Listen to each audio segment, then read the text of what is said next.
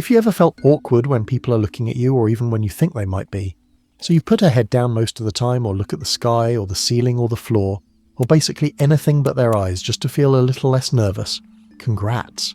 You've met scopophobia, at least the small human version of it. Because it doesn't always have to be a full-on panic attack. Most of the time it's in that awkward second when you lock eyes with somebody in the airport. Maybe it's when you constantly feel someone looking over your shoulder at your screen so you keep double-checking. Maybe it's the little contemplation before you press post on a photo and imagine 100 strangers judging your smile. Picking the corner seat, smiling too quickly, pretending to be on your phone, or rehearsing the exact way you'll say thank you to the barista so you don't have to really meet their eyes. For some people, that's enough to get through the day. For others, it's a full-body freeze. Sweating, breath getting shallow, the world turning quiet. Either way, the experience is the same. Being seen feels risky. By definition, scopophobia or spot-ejectophobia or scoptophobia, or even ophthalmophobia, is an anxiety disorder characterized by an excessive fear of being stared at in public or stared at by others. So why does a look have that power? Evolution gave us a sensitivity to being seen because being singled out used to mean danger, predators, punishment. Today the threat is rarely physical, but the biology remains. The amygdala, the brain's alarm bell, lights up when we sense social threat. We imagine what others think, and our imagination fills in the worst case faster than reality could. The result is a feedback loop. We feel watched, we withdraw, and the withdrawal reinforces the idea that being looked at is intolerable. And what does it look like day to day?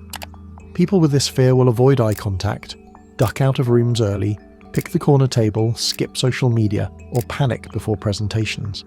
There can be dissociation too, the odd fog where the world feels unreal and your own hands feel foreign. To understand why a look can be so disruptive, it helps to remember a few things that are true across psychology and history. The Ash conformity studies, or any experiment where a herd makes someone feel wrong, show how potent being witnessed is. And history gives us the human context. Public shaming, pillory, or the spectacle punishment of past centuries are literal proofs that societies have long used the gaze as power. Michel Foucault made this point with the panopticon. When you can be watched at any time, you start policing yourself. That's not abstract. It's the ancestor of the small panic we feel when we imagine being seen. We live in a performance economy where visibility is currency. That changes meaning. Being seen is not just a social signal, it's potentially economic, reputational, viral. Social media amplifies the stakes. A glance used to be a neighbour's eye. Now it can become 50,000 strangers deciding whether you're witty, attractive, worthy. And that's a different pressure. Think about the difference between being noticed by your friends and being noticed by an algorithm tuned to reward outrage. The old alarm doesn't care about nuance. It reacts to the fact that the stakes feel higher. There are real-world patterns worth noticing. Musicians and actors have known the strange paradox for centuries. The people most comfortable on stage get sick with performance anxiety. Sports psychology is full of it, the so-called yips when an athlete's body fails under observation. Clinical reports show that people who've experienced public humiliation, bullying, viral shaming often develop long-lived sensitivity to being watched. That kind of learning makes the nervous system treat later glances as if they were loaded events. Studies on social anxiety and gaze tend to back this up. People with high social anxiety interpret neutral faces as more negative, and direct gaze can increase self-focused attention, which makes the panic loop faster. Scopophobia is not just fear of judgment. Sometimes it's fear of being reduced. When someone stares, you notice how quick and flat the human urge is to classify. Attractive or not, friend or threat, competent or foolish.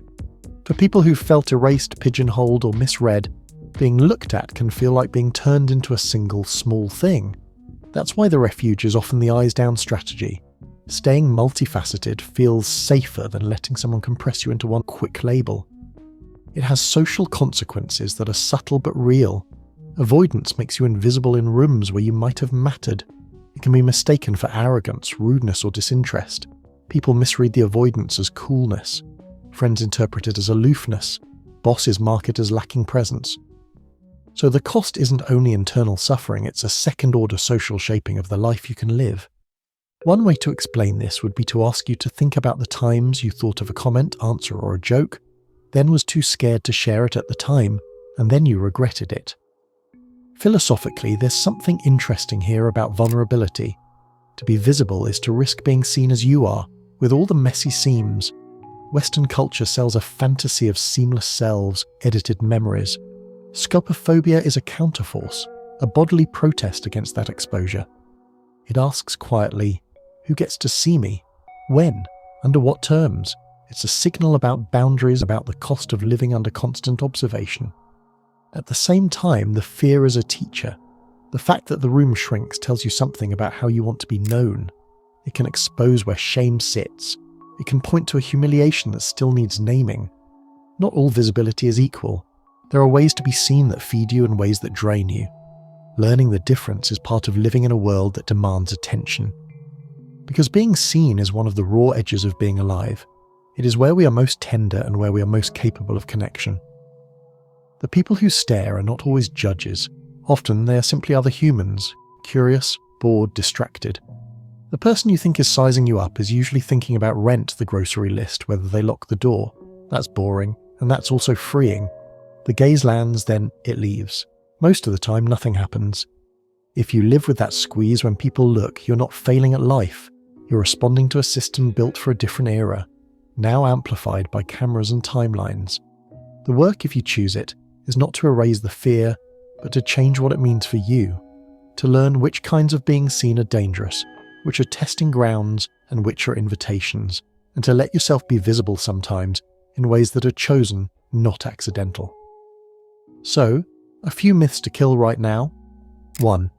Everyone is thinking about me. They're not. People are absorbed in themselves far more often than they're critiquing you. 2. Eye contact is a static test. You either pass or fail. Eye contact is a learned skill, like balance. It gets steadier with practice. 3. If I let myself be seen, something terrible will happen. The brain loves to imagine catastrophes. It's how it tries to protect you, but imagination is not prediction. So hold a gentler truth close. Fear doesn't mean something is wrong with you.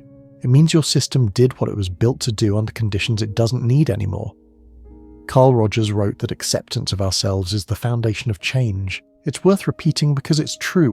When you stop fighting the feeling and instead learn how to respond to it, the feeling loses its power over you. Because scopophobia is unpleasant, but it's not proof you're broken. It's a system that learned to protect you. Accept that, name it, then choose when, how, and with whom you want to be seen. The room will begin to feel bigger again,